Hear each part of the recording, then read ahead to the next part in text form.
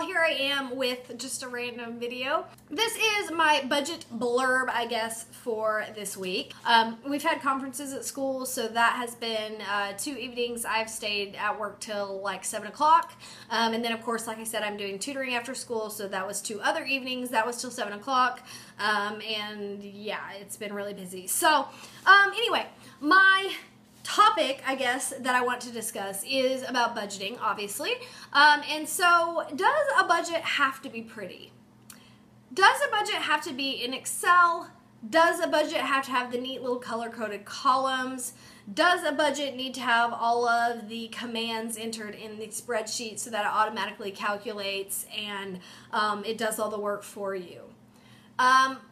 I watch a lot of like financial bloggers on YouTube and I love them. Oh my gosh, I love them so much. I learn so incredibly much. But they all have like the fancy Excel spreadsheet, every one of them. And like, I so want to be like them one day. Like when I grow up, I would have a fancy Excel spreadsheet budget, but honestly my life is crazy, hectic, busy, and so I'm not entirely sure when that's gonna happen. So basically I'm just gonna show you what my budget looks like, and honestly my budget has looked exactly like this for the past 2 years. Every month I just get a new sheet of paper and just copy everything exactly, and then of course like the numbers will change, but other than that, like, the setup is like identical to how it has been forever. So this is like my actual budget, so please no judgment. I don't think you can learn from somebody unless that person is transparent.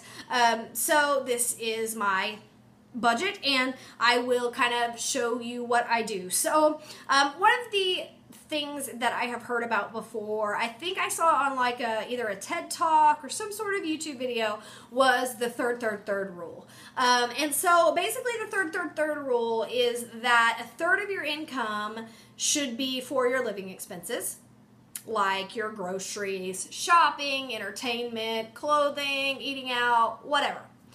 A third of your check can go to your bills. So obviously your fixed bills, your mortgage or your rent, your electric, your gas, your water, your cable or your internet, your insurance, your car payment, blah, blah, blah, phone bill.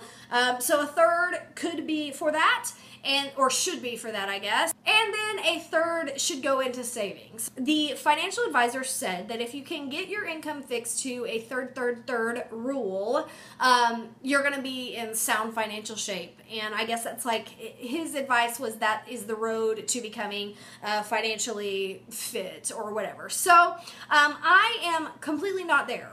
But I have worked really, really hard over the last couple of years to get as close as I possibly can be. Now, depending on your income, this may be a complete impossibility if your mortgage is a certain amount, but you know, you can move. I know that is easier said than done because it's a nightmare to move. I get it. But like I said, I've been working on this for several years. So when I purchased a house, I wanted to make sure that that house payment was not over a third of my income. So here we go. I'll do, like, I can always do a more detailed budget video if you'd like to see that. But basically, let me show you just kind of like the overview, what it looks like. This is my budget.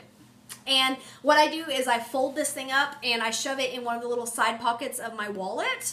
And that's where it lives. So I don't have a fancy electronic spreadsheet. I do this. I do this little piece of paper every month.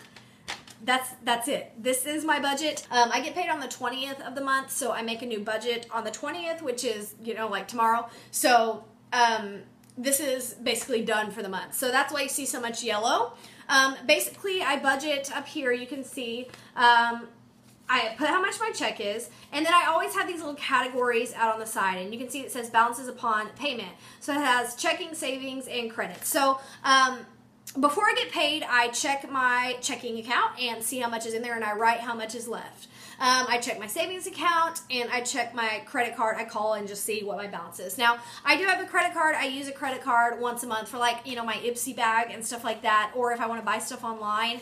I don't really use my credit card for, like, emergencies or big purchases. I really just use my credit card for like online stuff, just because I was told once that credit cards have a little more security than like your checking account debit card online. I don't know if it's true or not, but I don't really care because I pay it off every month. And that wasn't always the case. I did have a little bit of credit card debt a long time ago because I had like school books on it, but I've been out of school for a while. So anyway, so I call and I just check my balances of those things and I write those down here. This right here, the second part, is how much is actually going to go into those categories once I get paid. So like I write how much my check is, and then I put how much I'm going to be putting into savings, how much I'm going to be getting cash back because I do a cash envelope system, and how much I'm going to be putting into my checking. So that's what these are over here. And then I actually split my budget into 3 categories because I was saying that third rule. So the top category is my fixed bills that I have to pay every month. I don't have a choice, you know, all of that stuff. This middle one is my savings, and I also just put my credit card there just because it's not really a fixed bill. It fluctuates every month and it's usually not a lot of money.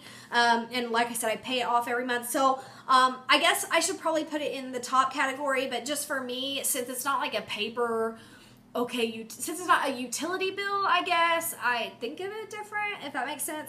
And so then the bottom one is all of my living expenses. So that includes all of my sinking funds. And so that's quite a bit. You can see, like, if you look here, we've got way more categories in that area. So I have my rent, water, electric, gas, and internet bill in the fixed bill. I have my credit card and what I'm putting into savings into my second category, and I just call that debt and savings. And obviously right now I'm not following the third rule because I'm trying to put more than a third of my paycheck into savings, and I'm not doing that.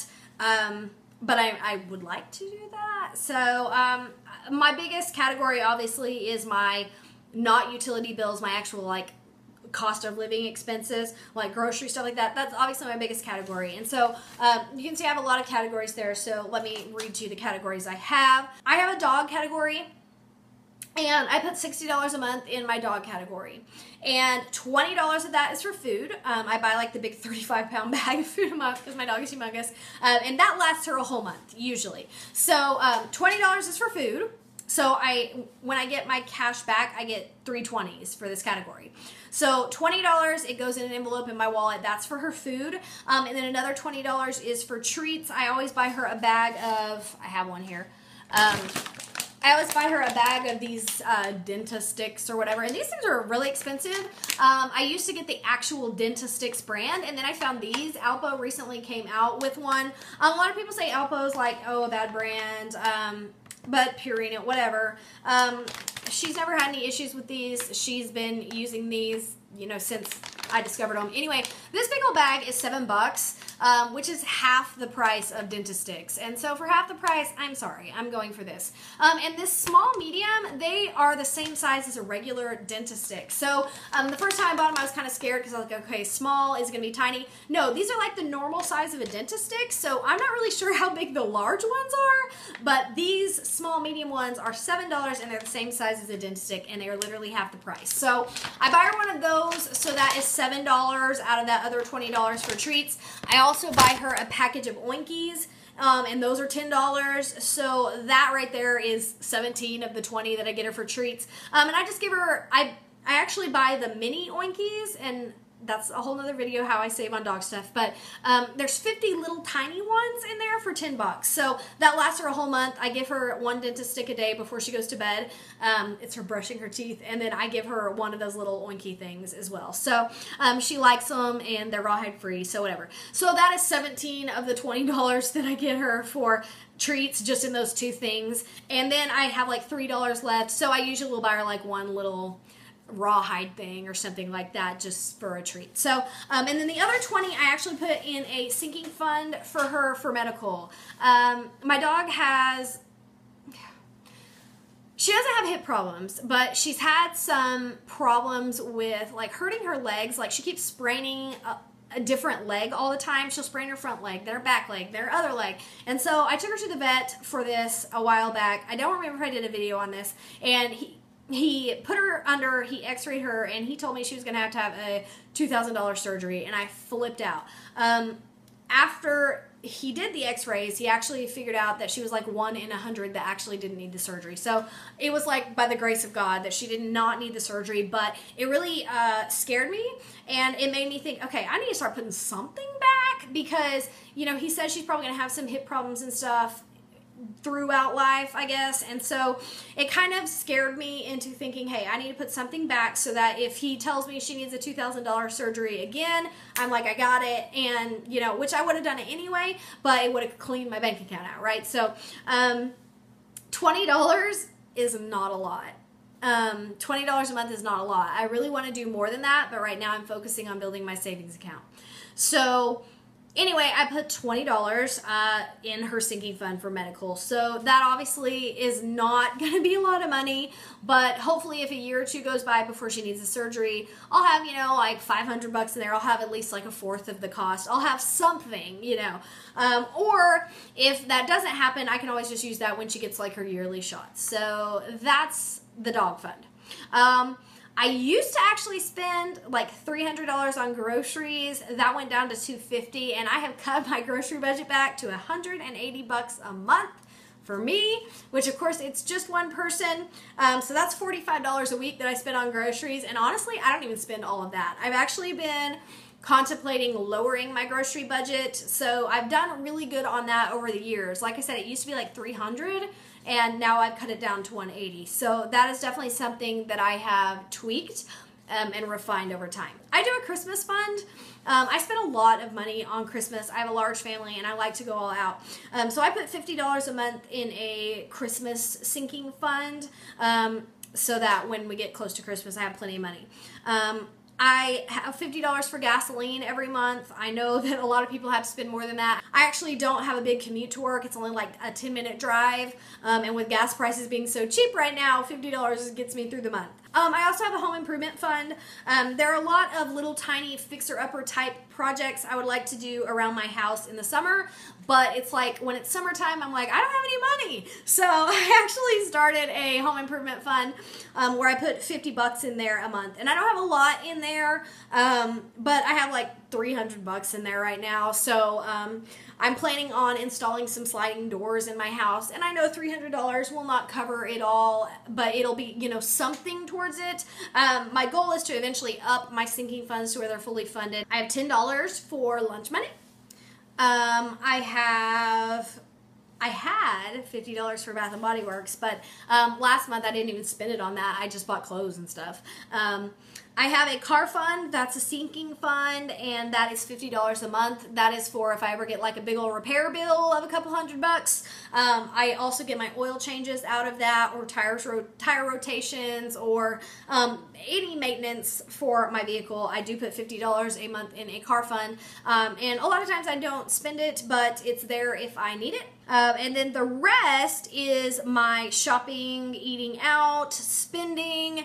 I just have this personal money, and that's what I talked about in my last video I did with the daily accountability jar. That is for like my money that I get every week, and that's for like everything else that is not groceries or what I just talked about. So again, it's for if I need to buy any clothing, it's if I need to buy any household goods like soap or shampoo, or cleaners for the house, or paper towels, anything like that, trash bags.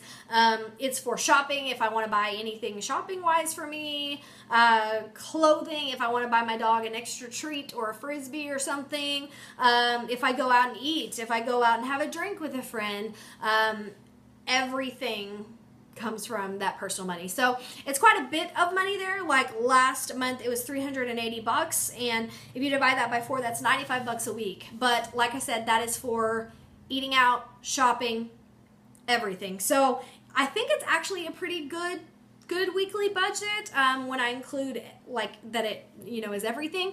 That is like everything I live off of for the entire week. So that also goes towards buying Diet Coke, which is a must in life. So anyway, I'm not sure what direction to actually go with the financial videos, because I have just a wealth of information and I'm afraid that I'm just blabbing.